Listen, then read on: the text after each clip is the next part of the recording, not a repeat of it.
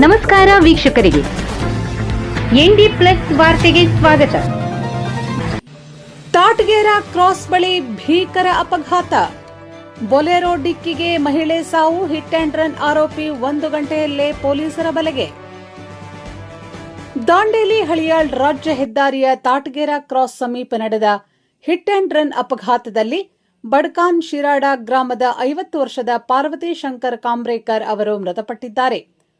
ಪತಿ ಶಂಕರ್ ಕಾಂಬ್ರೇಕರ್ ಅವರೊಂದಿಗೆ ದ್ವಿಚಕ್ರ ವಾಹನದಲ್ಲಿ ತೆರಳುತ್ತಿದ್ದ ವೇಳೆ ಹಿಂಬದಿಯಿಂದ ಬಂದ ಬೊಲೆರೋ ವಾಹನ ಡಿಕ್ಕಿ ಹೊಡೆದ ಪರಿಣಾಮ ಈ ದುರ್ಘಟನೆ ಸಂಭವಿಸಿದೆ.